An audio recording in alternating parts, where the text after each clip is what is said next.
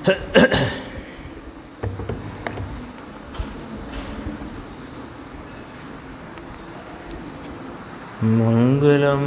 भगवान वीरो मंगलम गौतमो गणी मंगलम कुंद कुंदायो जैन धर्मोस्तु मंगलम सर्वमंगल मांगल्यम सर्वकल्याणकारकम प्रधानम सर्वधर्माणां जैनम जयतु शासनम। मैं नमो तीर्थनायक को, नमो ओंकार वाणी को, नमो उन कुंद प्रभु को जिन्होंने ओंकार धारण की। अहो उपकार जिनवर का, कुंद का दिव्य वाणी का, जिन कुंद ध्वनि दाता उन कहान स्वामी का। णमियूण जिणम वीरम अनंत वर्णान दंसण सहावम मोक्षामिनियम सारम केवली शुद्ध केवली भणिदम। अपने नियम सारजी परमागम की स्वाध्याय के क्रम में शुद्ध उपयोग अधिकार की गाथा 167 की स्वाध्याय चल रही है और अभी जो सर्व विशुद्ध ज्ञान अधिकार का 204 नंबर का कलश जो आगे 13 गाथाएं आने वाली हैं उनकी सूचना रूप कलश है। 13 गाथाएं इकट्ठी हैं 332 से 344। इसमें एक बहुत ही गंभीर विषय को आचार्य कुंद भगवान ने प्रस्तुत किया है। उसका स्पष्टीकरण, उसका खुलासा हमें पूज्य गुरुदेव श्री से मिलेगा। अभी जो बात इस 204 कलश में आई, इसमें बात ये कहना थी आचार्य भगवान को कि जिन श्रुति यानी कि जिन वाणी में इस प्रकार का कथन है कि आत्मा रागादि भावों का कथनचित अकर्ता है, ये कथन है, तो उस कथनचित अकर्तापने का जो वर्णन है या जो निरूपण है उसमें कथनचित शब्द का दुरुपयोग कर बैठे वे आत्मा के घातक हैं। यानी जो इस आत्मा को रागादि विकारी भावों का कथनचित अकर्ता कहा तो उसको अकर्ता ही है और कर्म उसका करता है ऐसा मान लिया। क्यों कि पीछे ये बात स्पष्ट हो चुकी है कि कोई भी कार्य किसी के किए बिना नहीं होता है, ये भी एक नियम है। तो अब जब आत्मा रागादि भावों का कथनचित अकर्ता है तो कर्म ही करता है। इस प्रकार से यह बात जिसने एकांत से मान ली है वे वास्तव में ये जो कहा था ना, इसमें ऐसे कहने वाली अचलित श्रुति को कोपित करते हैं। यानी वे निर्वाद जिनवाणी की विराधना करते हैं और उनकी बुद्धि बिड़ाई गई है, इनकी बुद्धि भ्रष्ट हो गई है और वे आत्मा के घातक हैं। इतना यहाँ तक इस कलश में बात कही गई। तो अपन ये थोड़ा समझने का यहाँ गुरुदेव श्री ने जो खुलासा किया देखते हैं 4 नंबर पेज पे कि कथनचित कर्ता और कथनचित अकर्ता। जब कथनचित कर्ता कहा तो कथनचित अकर्ता हो गया ना। अब कोई एकांत से यह मान बैठा है कि आत्मा तो रागादि विकार भावों का कर्ता नहीं, क्योंकि आत्मा के स्वरूप की बात करते हैं तो स्वरूप में तो कोई ऐसा गुण नहीं, शक्ति नहीं कि वह रागादि विकार को करे, तो कर्म ही इसका करता है। तो कर्म को कर्ता मानने से यहाँ पर जिनवाणी की विराधना होती है। कैसे होती है कि देखो, ऐसे होती है कि पहली बात तो यह है कि रागादि विकारी परिणाम आत्मा की पर्याय में होने वाला आत्मा का परिणाम है, चेतन का परिणाम है। और उस चेतन के परिणाम को अन्य द्रव्य करे तो यह तो जिनवाणी में यह बात तो स्पष्ट है कि प्रत्येक द्रव्य अपने गुण पर्यायों के चक्र को चूमता है, आलिंगित करता है, स्पर्शित करता है। यानी एक द्रव्य दूसरे द्रव्य का कोई कार्य करे, ऐसी अव्यवस्था जिनवाणी में कहीं नहीं, क्योंकि विश्व में ऐसी अव्यवस्था है नहीं। तो फिर अपन को थोड़ा संक्षेप में ये समझ लेना चाहिए, ये प्रकरण आया है तो उस प्रसंगवश, कि कैसे तो यह आत्मा रागादि भावों का कर्ता कहा जाता है और कैसे कर्ता नहीं कहा जाता है। 4 नंबर पेज, प्रथम पंक्ति है, केम कर्ता छे न केम कर्ता नथी। इसका न्याय क्या है? ये न्याय अपने चित्त में बराबर नक्की होना चाहिए, निर्णय उसका बराबर होना चाहिए। किस न्याय का? कि किस न्याय से करता है और किस न्याय से करता नहीं। हालांकि बहुत सरल विषय है और गुरुदेव ने तो बहुत बार बार उस विषय को हर तरीके से यहाँ स्पष्ट किया है। अपन तो एक रिवीजन के तौर पर वो विषय क्या आया था ख्याल में आ जाए। देखो, किस कारण से इसको कर्ता कहना, प्रश्नवाचक। विकार के भाव का जीव को कर्ता किस कारण से कहना? क्योंकि इसकी बुद्धि अभी वहाँ पड़ी है। समझ में आया? इसको स्वयं सत्ता की अभी खबर नहीं।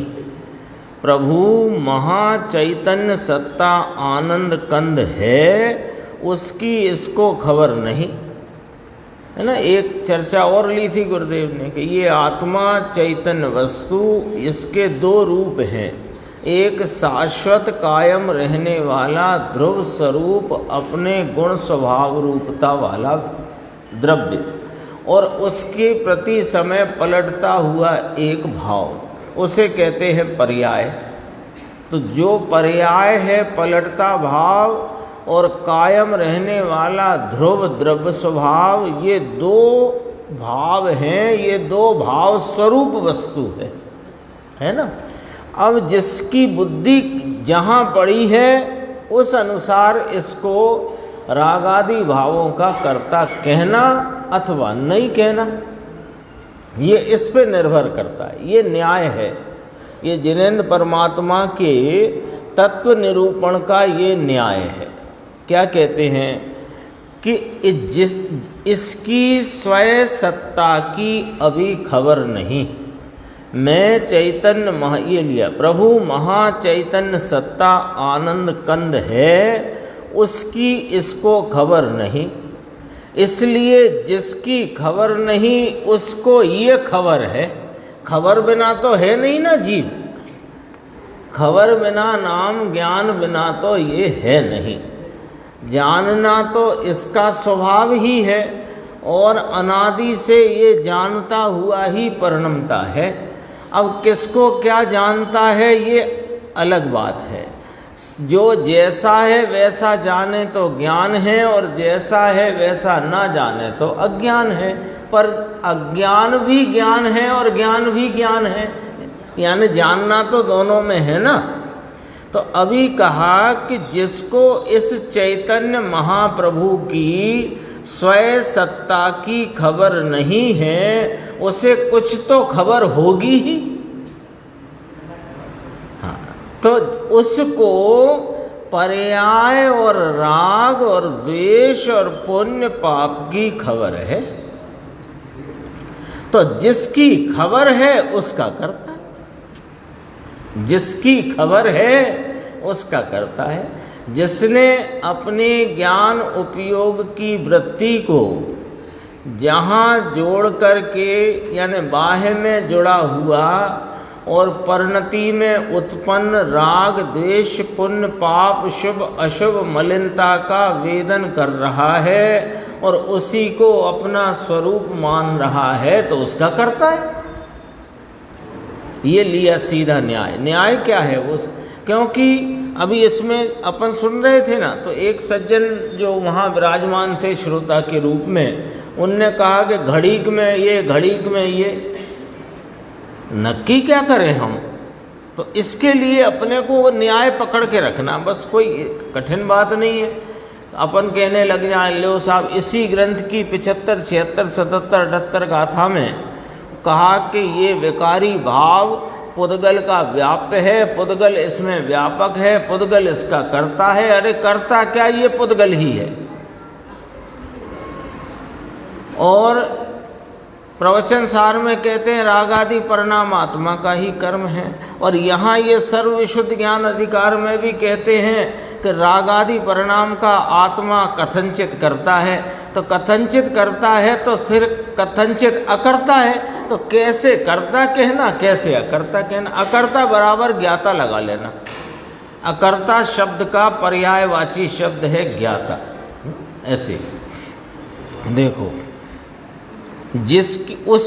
जिसकी खबर नहीं, यानी दो भाव हैं। एक चैतन्य महाप्रभु त्रिकाली कायम शाश्वत टंकोत्कीर्ण सदृश स्वरूप अपना चैतन्य भगवान, और उसकी प्रति समय पलटती हुई पर्याय नाम अवस्था दशा हालत।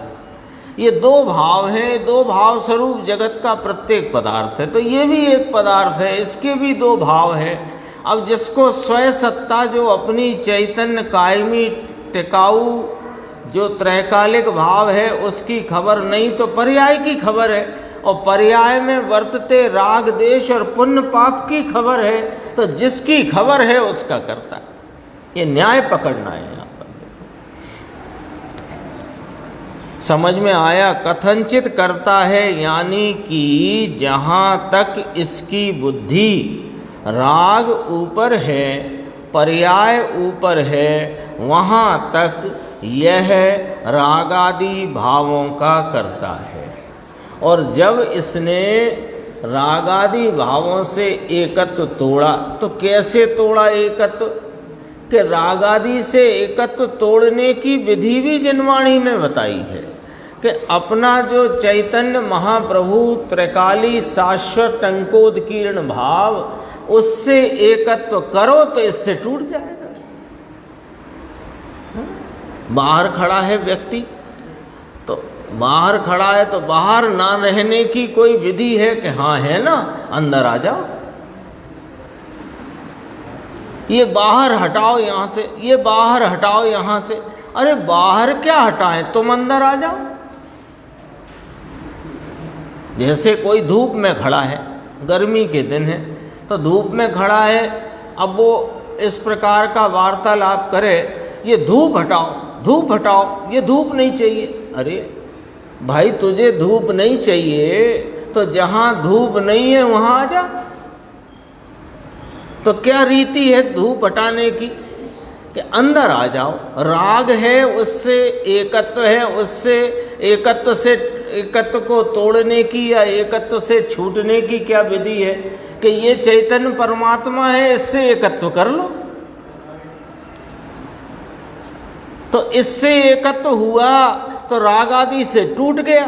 तो दृष्टि कहाँ आ गई, द्रव्य स्वभाव पर। तो जब मैं द्रव्य स्वभाव हूँ तो यहाँ तो राग है ही नहीं, यहाँ राग नहीं है। तो जब द्रव्य स्वभाव में राग नहीं है तो मैं राग का करता नहीं हूँ, होते राग का ज्ञाता हूँ। तो कैसे करता है और कैसे करता नहीं, वर्णी जी वाला प्रसंग भी लिया था। उसमें पंचास्तिकाय की 62 गाथा का संदर्भ लेकर के कहा। ये 62 गाथा का संदर्भ, मुझे कई बार ऐसा विचार आता है कि जब वर्णी जी ने ये प्रश्न वहाँ ईश्वरी की चर्चा में संवत 2013 की साल में रखा, वहाँ फूलचंद जी शास्त्री, राम जी भाई दोषी, अपने राम जी भाई जो काका जी कहलाते, राम जी भाई काका ऐसे कहलाते, सब जानते हैं राम जी भाई को, जिन्होंने तत्वार सूत्र की बड़ी मोटी टीका बनाई है, वे सब वहाँ उपस्थित थे। तो कई बार ऐसा विचार आता है गुरुदेव ने इसका जवाब गाथा नंबर 189 प्रवचन सार से क्यों नहीं दिया। क्यों नहीं दिया? अथवा सर्वविशुद्ध ज्ञान अधिकार के इस अधिकार में जो प्रकरण है यहाँ से क्यों नहीं दिया?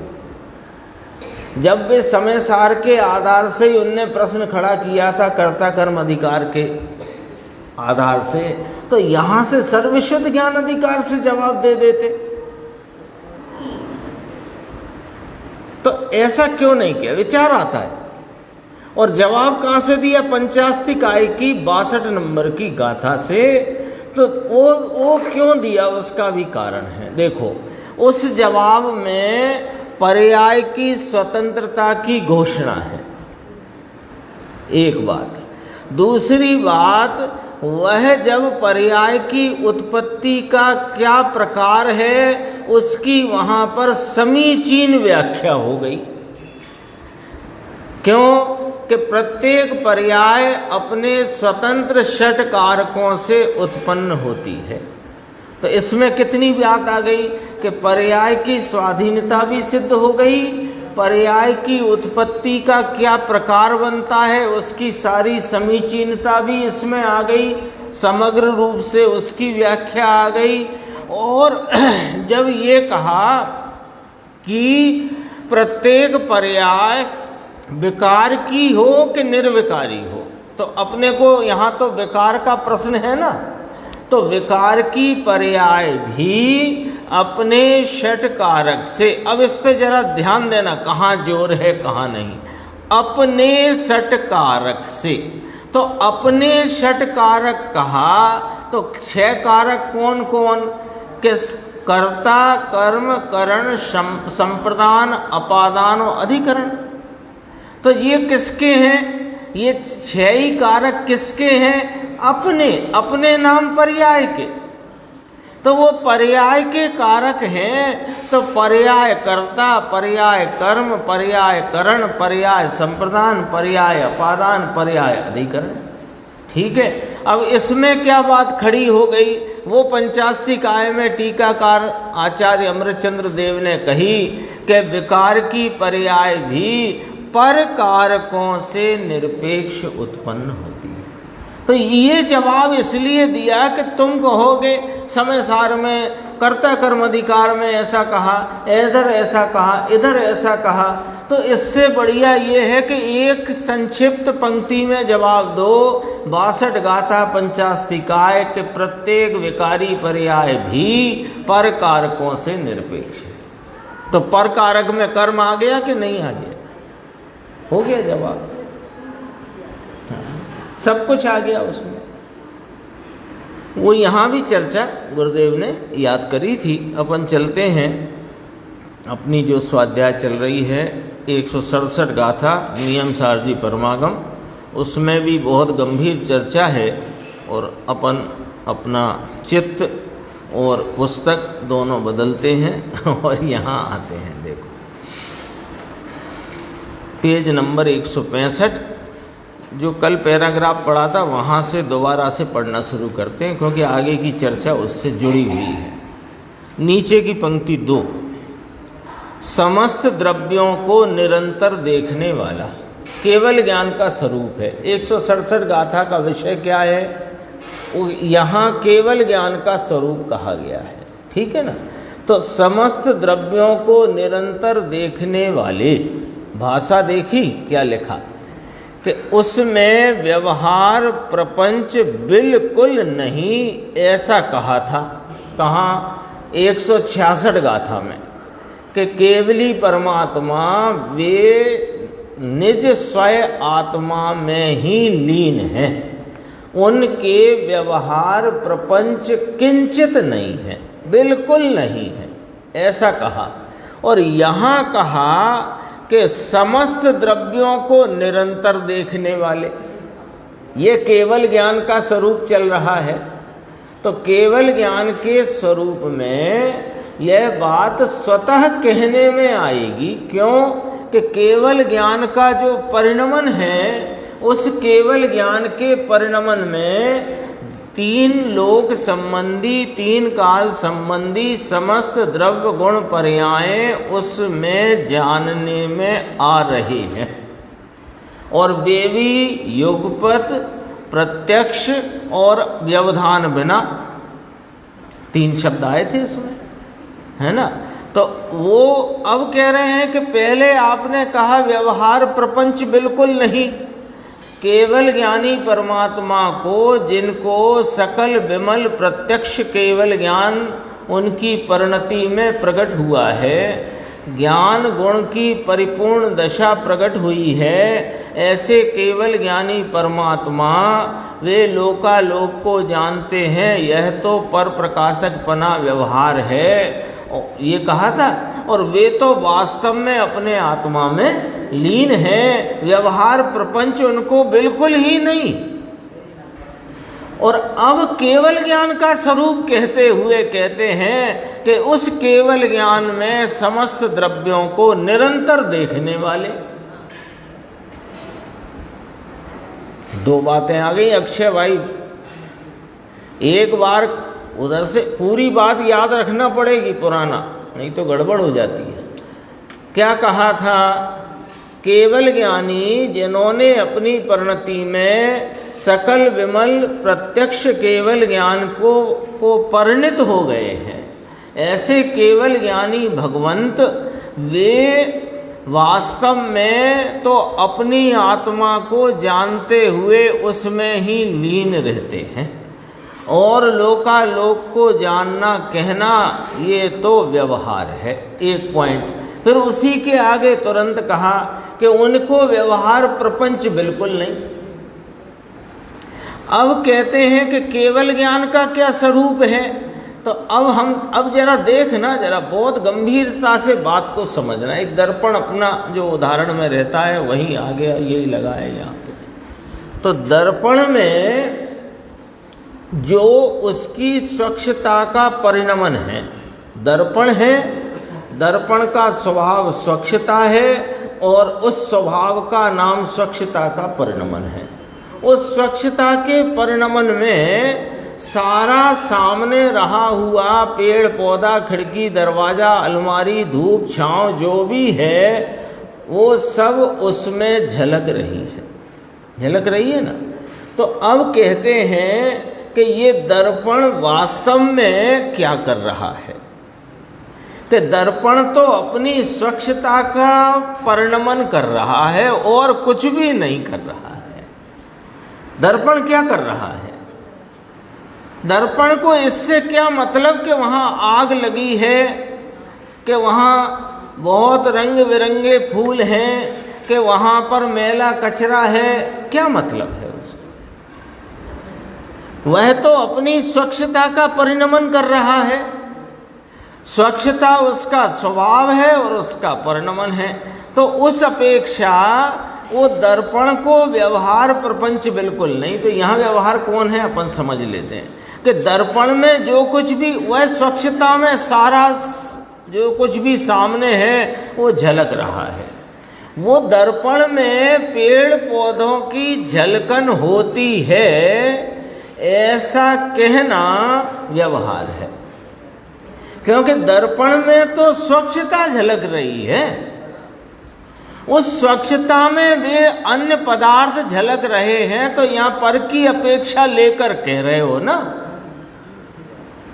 वो जो कुछ पेड़ पौधा, दरवाज़ा, खिड़की, छांव, धूप जो कुछ भी झलक रहा है, ये दर्पण में झलक रहा है, ऐसा कहना दर्पण की अपेक्षा का कथन है कि वे पर की अपेक्षा का कथन है। न्याय से समझना बात को। बताओ, पर की अपेक्षा का कथन है कि दर्पण की अपेक्षा का कथन है? तो पर की अपेक्षा का कथन है तो व्यवहार हुआ। क्यों?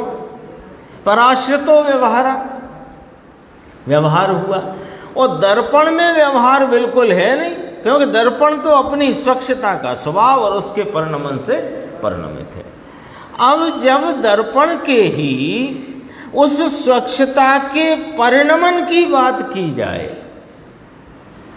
कि स्वच्छता का परिणमन है, वो परिणमन में क्या क्या होता है, तो पर की अपेक्षा लेकर के यह कहने में कोई दोष नहीं है कि उसमें जो कुछ भी सामने है वो सब कुछ झलक रहा है। पर की अपेक्षा लेकर के तो है व्यवहार। इतना व्यवहार व्यवहार के स्थान पर सच्चा है। ये चर्चा इसमें आई है। देखो व्यवहार लिया ना, व्यवहार, अंतिम पंक्ति, ज्ञान की पर्याय का स्वयं पर प्रकाशक स्वभाव है। दर्पण से तो अपन ने उसको थोड़ा विजुअलाइज करने की कोशिश करी है। देखो अब समझना जरा, पेज 166, ज्ञान की पर्याय का स्वयं पर प्रकाशक स्वभाव है तो स्वयं के कारण से।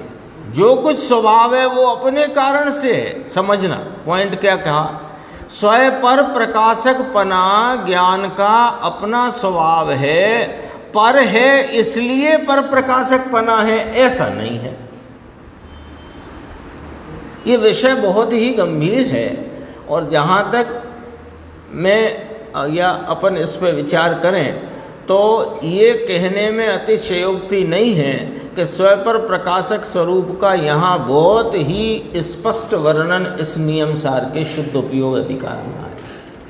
मतलब इसमें कहने में कोई अड़चन नहीं है, बहुत ही गंभीर, और इतना कि सारा मामला साफ हो जाए, सारी भ्रांतियाँ या कोई शंकाएँ आशंकाएँ हैं वे सब निर्मूल हो जाएं, ऐसी चर्चा है। देखो है तो अपने कारण से, क्या है अपने कारण से निर्देश, स्वयं पर प्रकाशक स्वभाव। वो पर के होने से पर प्रकाश, दीपक है, दीपक है, कल आया था गुरुदेव की सीढ़ी में चैतन्य दीवड़ो, तो ये दीपक है। ये दीपक क्या कमरे में घटपट आदि है इसलिए प्रकाशित करना का उसका कार्य चल रहा है। वो तो अपने स्वयं पर प्रकाशक स्वभाव से ज्योतिर्मान भाव से प्रकाशित है। वो उसमें घटपट प्रकाशित हो रहे हैं, ये तो तुम पर की अपेक्षा लेकर कह रहे हो। घटपट होने से उसमें दीपक में स्वयं पर प्रकाशकपना आया है क्या? ऐसे ही आत्मा का स्वयं पर प्रकाशक स्वभाव अपना अपने कारण से अपने में है, लेकिन पर प्रकाशक कहा, इसमें पर की अपेक्षा ली, इसलिए पर को निरंतर देखता है, ऐसा कहने में आया। ये सब चर्चा अपन ने दर्पण के माध्यम से समझी है। देखो एक धोरण सु आमा त्यारी, फिर आप एक बात नक्की करा दो हमको, तो भैया एक पॉइंट नक्की करा दो, सीधा करा दो, ये मामला बड़ा उलझ रहा है। स्वयं पर प्रकाशक स्वभाव अपना है, निश्चय से स्वयं प्रकाशक है, पर प्रकाशक कहना व्यवहार है, उसमें पर की अपेक्षा आती है। स्वयं पर प्रकाशक स्वभाव में पर की अपेक्षा आती नहीं है, पर प्रकाशक की परिणति में पर की अपेक्षा आती है। तो परिणति में नहीं आती, वास्तव में पर प्रकाशक पना कहने में पर की अपेक्षा आती है। तो एक धोरण करो, एक धोरण माने एक लाइन की बात करो, एक धोरण माने एक लाइन की बात करो। ये दो दो लाइनें मत बनाओ हमारे सामने, परेशानी होती है। पर कि पूरा जगत परेशान है, जो परेशान होना चाहता है स्वयं पर प्रकाशक के संबंध में, और जो परेशान नहीं होना चाहता उसे यहाँ पर सब गुरुदेव श्री से माल मिल ही रहा है, मिल ही गया है। देखो आसाचू के आसाचू कि एना स्थाने बे साचा, इतनी गुजराती तो समझ रहे हो ना, अक्षय सरल है। एना स्थाने बे साचा, उनके स्थान पर दोनों सच्चे हैं। निश्चय के स्थान पर सत्य है, व्यवहार जानने लायक है, इतना व्यवहार है, इतना भी सत्य है। ऐसी बात है। यहाँ तक अपना कल चला था, दोबारा इसलिए लिया कि आगे विषय जोड़ना है अपने को। अब यहाँ प्रश्न किया है मुमुक्षु ने, पोत पोतानी अपेक्षाएं बनने साचा, यानी अपनी अपनी अपेक्षा से साहिब दोनों सच्चे हैं कि हाँ दोनों अपनी अपनी अपेक्षा से सच्चे हैं। अब जाने है ना, जानना है ना, जानना, यहाँ तो जानने की बात चल रही है। अधिकार का नाम ही है शुद्ध उपयोग अधिकार। तो यहाँ शुद्ध उपयोग अधिकार है, तो फिर ऐसा लगता है कि यहाँ बात तो उसकी होना चाहिए थी, चारित्र की। शुद्ध उपयोग अधिकार है तो अरे यहाँ उपयोग की बात है और उपयोग शुद्ध ही होता है, उसकी बात चलती, ऐसे लेकर के बात है। और स्वभाव है, उपयोग का स्वभाव शुद्ध लेओगे क्या अशुद्ध लेओगे? उपयोग माने ज्ञान दर्शन। देखो ये बिल्कुल नहीं जानता तो केवल ज्ञानी लोकालोक को जानते हैं, ये बात भी खोटी पड़ जाएगी। नहीं साहब, पर को तो जानना व्यवहार है माने ऐसा है नहीं, तो फिर ये तो लोकालोक को केवली जानते ही नहीं है, वो तो ऐसे कह दिया,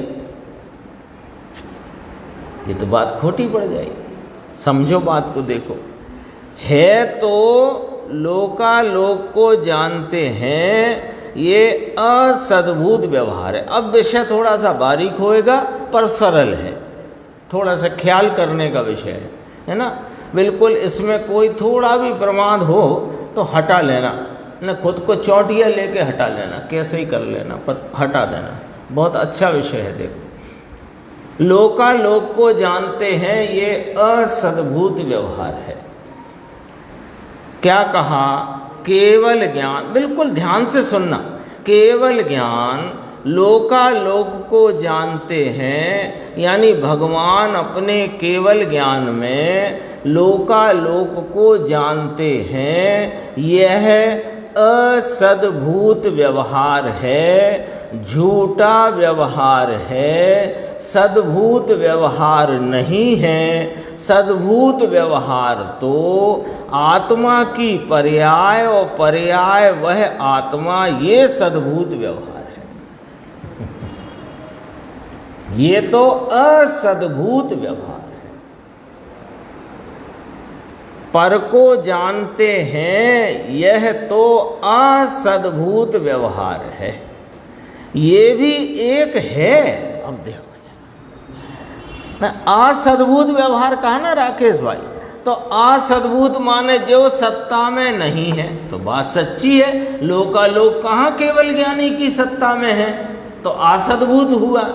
और वे जानते तो आत्मा को हैं और उसमें कहना लोकालोक को जानते हैं, ये व्यवहार हुआ, उपचार हुआ। तो फिर नहीं जानते क्या? अब प्रश्न ये खड़ा हो जाता है कि नहीं जानते क्या? अरे जानते हैं,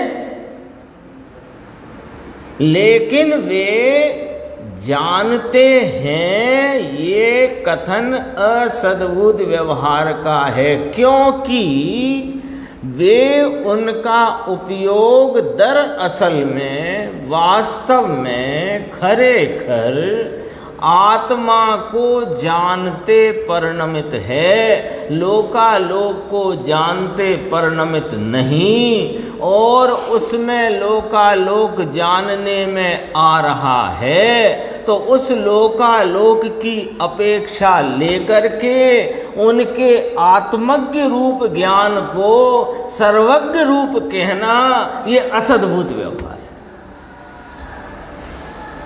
दर्पण है, खरेखर तो अपनी स्वच्छता के परिणमन से परिणमित है, उसमें दुनिया झलक रही है, फलाना झलक रहा है, अग्नि झलक रही है। तो वो दर्पण की बात को, दर्पण के उसके निजी परिणमन को दूसरे की अपेक्षा लेकर के बताना, ये असद्भुत व्यवहार है।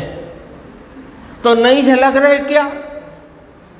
झलक रहे हैं, लेकिन वह झलकन वास्तव में उसकी स्वच्छता की झलकन है, खरेखर तो पदार्थों की नहीं। तो पदार्थ झलक रहे हैं कि हाँ झलक रहे हैं, ये बताना ये असद्भुत व्यवहार है। तो है ये व्यवहार, नहीं है तो व्यवहार ही फिर है क्यों कहा? ये व्यवहार है, असद्भुत व्यवहार है तब तो कहा। बहुत वजनदार बात है ये टीटू भाई साहब, बहुत वजनदार बात है यानी व्यवहार को भी है रख कर के समझना, क्योंकि व्यवहार है तो उसका विषय भी है। विषय नहीं तो व्यवहार कहाँ से लाए? व्यवहार ऐसा नहीं होता कि आकाश में फूल लगे हैं इसे व्यवहार कहते हैं। इसे तो आभास कहते हैं, मिथ्याभास कहते हैं, मिथ्या कहते हैं। गधे के सिर पे सींग होते हैं, ये तो मिथ्या है। जो है उसको कहना, पर जिसका नहीं है उसका कहना तो व्यवहार है तो सही है, नहीं तो फिर कहाँ से आया व्यवहार? विषय है उसका। देखो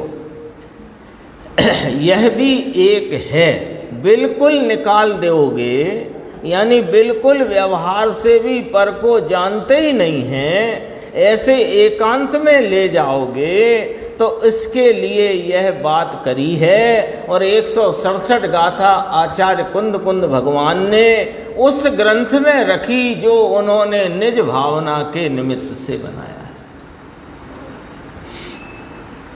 है। ऐसा मार्ग है। एक प्रश्न है, उसकी 2 पंक्ति उत्तर की पढ़ के नीचे आएंगे अपन। देखो प्रश्न है, अब समझने वाले ने क्या समझ लिया सुनो। व्यापी ने जाने तो असद्भुत व्यवहार, और व्याप्या बगैर जाने तो सद्भुत व्यवहार। क्या साहिब सही है ये बात?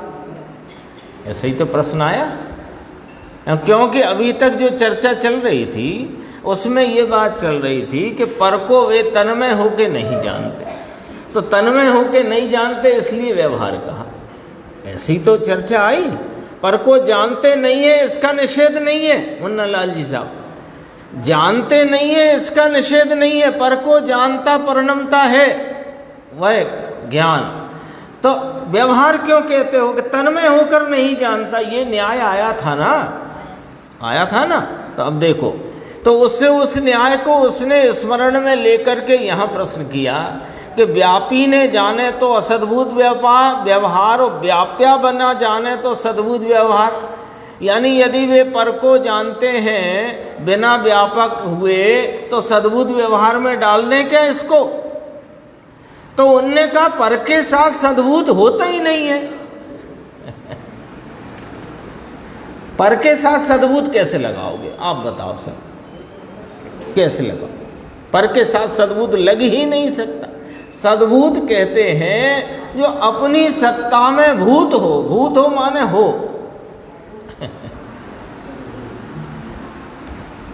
तो उत्तर दिया गुरुदेव ने, पर के साथ सद्भूत है ही नहीं। पुनः कहा पर के साथ सद्भूत है ही नहीं, पर के साथ तो जो व्यवहार कहा जाएगा वो असद्भूत व्यवहार है। अपनी पर्याय को अपने में जाने, ये सद्भूत व्यवहार है। ये चर्चा अब यहाँ पर संक्षेप में गुरुदेव ने ली, विस्तार से नीचे लिए, अपन यहाँ से देखते हैं। व्यवहार पण बधो तारे जाजा व्यवहार। व्यवहार भी सब है, और ज़्यादा करके तो जिनवाणी में, निरूपण में, और जिनवाणी की व्याख्या में और उपदेश में व्यवहार ही ज़्यादा है। कहा ना, पंडित छावड़ा जी साहब ने कहा है, जिनवाणी में व्यवहार का उपदेश भी बहुतायत से दिया गया है, लेकिन इसका फल संसार है। ये बात भी उन्होंने ही कही है। अब अपन यहाँ आते हैं। देखो, अध्यात्म के व्यवहार भी 4 हैं, है ना। व्यवहार अध्यात्म के आगम में भी 4 व्यवहार कहे। वैसे तो वे अलग व्यवहार गए हैं, नैगम ने, संग्रह ने, एवं भूत ने आदि, वे भी व्यवहार हैं। 7 नए आते हैं ना तत्वार्थ सूत्र में, हाँ, वे भी व्यवहार हैं। और जो निश्चय व्यवहार के रूप में जो आगम में कहे गए, उसमें भी व्यवहार में 4 भेद करे। सद्भूत, असद्भूत, सद्भूत में उपचरित अनुपचरित, असद्भूत में उपचरित अनुपचरित, ऐसा ही है ना।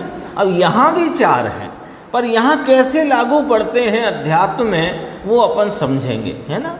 बिल्कुल आराम से, जल्दी नहीं है, समय हो जाएगा तो कल समझेंगे, ऐसी कोई जल्दी वाली बात नहीं है। आगम के व्यवहार तो घणे हैं।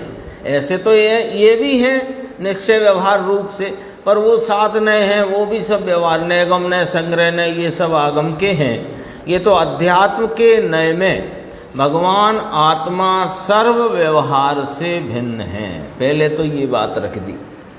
क्यों कि भगवान आत्मा आलम्बन भूत जो तत्व है, जो जिसके आलम्बन से प्रयोजन की सिद्धि होती है, जिसके आलम्बन से अतीन्द्रिय आनंद की किरण फूटती है, वो आत्मा सर्व व्यवहार से दूर है। गाथा 11, व्यवहार न सभी अभूतार्थ है।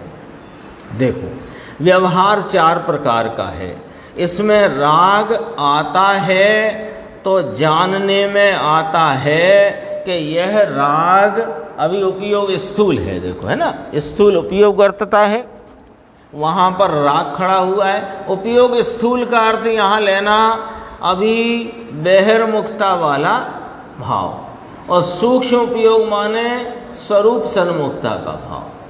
लेकिन अभी पूर्ण वीतराग तो है नहीं, साधक है अभी, तो उस संदर्भ से बुद्धिपूर्वक राग, अबुद्धिपूर्वक राग, यानी जहाँ जो राग ख्याल में आ रहा है, यानी जिस राग का वेदन तो अबुद्धिपूर्वक राग का भी होता है, समझना। ऐसा नहीं है कि उसका वेदन नहीं होता है। वेदन अबुद्धिपूर्वक राग का भी होता है, वेदन बुद्धिपूर्वक राग का भी होता है। बुद्धिपूर्वक राग का वेदन ख्याल में आता है, अबुद्धिपूर्वक राग का वेदन ख्याल में नहीं आता है, इसलिए उसे अबुद्धिपूर्वक का राग कहते हैं। ये तो 2 पॉइंट समझ लिए। अब देखो, उपयोग स्थूल है तो राग जो आता है वह जानने में आता है, माने ख्याल में आता है। ख्याल में आता है तो वह उपचरित व्यवहार है, असद्भूत उपचरित। ठीक है, अभी देखो, अभी असद्भूत की चर्चा करेंगे, फिर सद्भूत की करेंगे। असद्भूत के 2 प्रकार तो मालूम पड़ गए निर्देश भाई। असद्भूत के 2 प्रकार, उपचरित, अनुपचरित। ठीक है, अभी असद्भूत। असद्भूत क्यों कहा कि सत्ता में नहीं, उसको उसके संबंध में बात कहना वो असद्भूत हो गया। तो राग आत्मा की सत्ता में नहीं है, फिर जो राग है वह जानने में ख्याल में आ रहा है, उसको असद्भूत उपचरित व्यवहार में कहा, या वो असद्भूत उपचरित व्यवहार का विषय है। असद्भूत यानी आत्मा में नहीं, असद्भूत उपचार। और इस समय में उपयोग सूक्ष्म नहीं है, इसलिए राग नहीं जानने में आए तो भी है ना। अब उपयोग ऐसा है कि स्वरूप में भले लगा है, पर सूक्ष्म कौन सा लेना कि पूर्ण रूपेण नहीं लगा है। तो उपयोग स्वरूप का आलम्बन लेता वर्त रहा है, वहाँ अभी राग का अंश परिणति में विद्यमान है, वह वेदन में भी आ रहा है, लेकिन ख्याल में नहीं आ रहा। जैसे मुनिराज हैं, 7वें गुण स्थान में शुद्ध उपयोग की दशा में हैं, तो वहाँ राग है कि नहीं है ना। तो वहाँ जो राग है वो उनके ख्याल में है कि नहीं, कि ख्याल में नहीं है। जब ख्याल में नहीं है तो उपचार किस पे करें। तो असद्भूत अनुपचरित में गया, आ गई बात, ख्याल में आ गई ना। है तो राग है, राग को आत्मा के साथ मिलाकर कह रहे हैं, इसलिए तो व्यवहार, और आत्मा की सत्ता में नहीं है तो असद्भूत, और जो जानने में आए तो उपचार किया जा सके तो उपचरित असद्भूत, और जो अबुद्धि पूर्वक का जानने में आ ही नहीं रहा, ख्याल में ही नहीं आ रहा, तो उपचार कैसे करें, तो अनुपचरित आ गया ना। असद्भूत अनुपचार व्यवहार है, और सद्भूत व्यवहार के 2 भेद। अब जरा थोड़ा और बारीक है, ये तो राग की कथा कर दी। असद्भूत व्यवहार उपचरित जो बुद्धिपूर्वक का, अभी अपन कहाँ से बात कर रहे थे, 7वें 6वें की बात कर रहे थे। 6वें गुण स्थान में जो राग है 5 महाव्रत 28 मूल गुण का, वो ख्याल में है ना मुनिराज को। मैं 4 हाथ भूमि देखकर चलना है ना, ये सब बात ख्याल में है ना। तो वो ख्याल में आता हुआ उपचरित में गया, और जो अबुद्धिपूर्वक का है वो अनुपचरित में गया। असद्भूत दोनों हैं और व्यवहार हैं ही। ठीक है, अब आते हैं अपन सद्भूत व्यवहार पे। इसके दो भेद। ज्ञान राग को जानता है, ये सद्भूत व्यवहार उपचार है, क्योंकि जानना अपनी पर्याय है। जानना अपनी पर्याय है। और किसको जान रहा है? राग को। तो वह खरेखर तो जान रहा है अपनी पर्याय को। 3 पॉइंट पकड़ना, बहुत अच्छे से समझ में आना चाहिए। जानना किसकी पर्याय है? आत्मा की पर्याय। अब दूसरी बात, जानना किस प्रकार होता है कि जानने का जो स्वयं का परिणमन है, खरेखर तो आत्मा उसी को जानता है। दर्पण किसे झलकाता है कि दर्पण तो खरेखर अपनी स्वच्छता को और स्वच्छता के आकार में परिणमित भावों को झलकाता है। तो वे भाव पर हैं, तो झलका तो अपने को ही रहा है। तो जानना वह अपनी पर्याय है, और राग को जानता है ये व्यवहार है। क्यों व्यवहार क्यों हो गया? जानना तो अपना स्वभाव है। अरे जानना स्वभाव है, लेकिन जानते समय जानता परिणमन किस प्रकार है कि जानता परिणमन तो ज्ञान की पर्याय ज्ञान को ही ज्ञान की पर्याय को ही जानता है। ज्ञान पर को जानता ही नहीं। अपनी ज्ञान की पर्याय में बने हुए ज्ञेयों के अनुरूप ज्ञानाकार को जानता है, ज्ञेयाकारों को नहीं। आगे ना बात समझ में? राग को नहीं जानता, राग के अनुरूप परिणमित अपने ज्ञानाकार को जानता है। तो जानता है अपने को और कहना राग को जानता है, ये व्यवहार है। और जानना अपना कार्य है, अपनी पर्याय है, इसलिए सद्भूत है। और राग को जानता है, ये उपचार किया। जानने का तो अपने ज्ञानाकार को जान रहा है, उसमें वो राग को जान रहा है, ये उपचार किया। तो इसका नाम हुआ उपचरित सद्भूत व्यवहार। आ गई बात समझ में? अब देखो, आत्मज्ञान राग को जानता है, ये सद्भूत ज्ञान अपना, और पर को जानता है ये व्यवहार। पर जानना अपना परिणाम, इसलिए सद्भूत है। और उपचार क्यों है कि जान रहा है ज्ञानाकार और कह रहे हैं ज्ञेय को जान रहा। राग तो ज्ञेय है ना। पर को जाने ये भी सद्भूत उपचार है। जानना है ना, जानना सद्भूत है, राग असद्भूत है।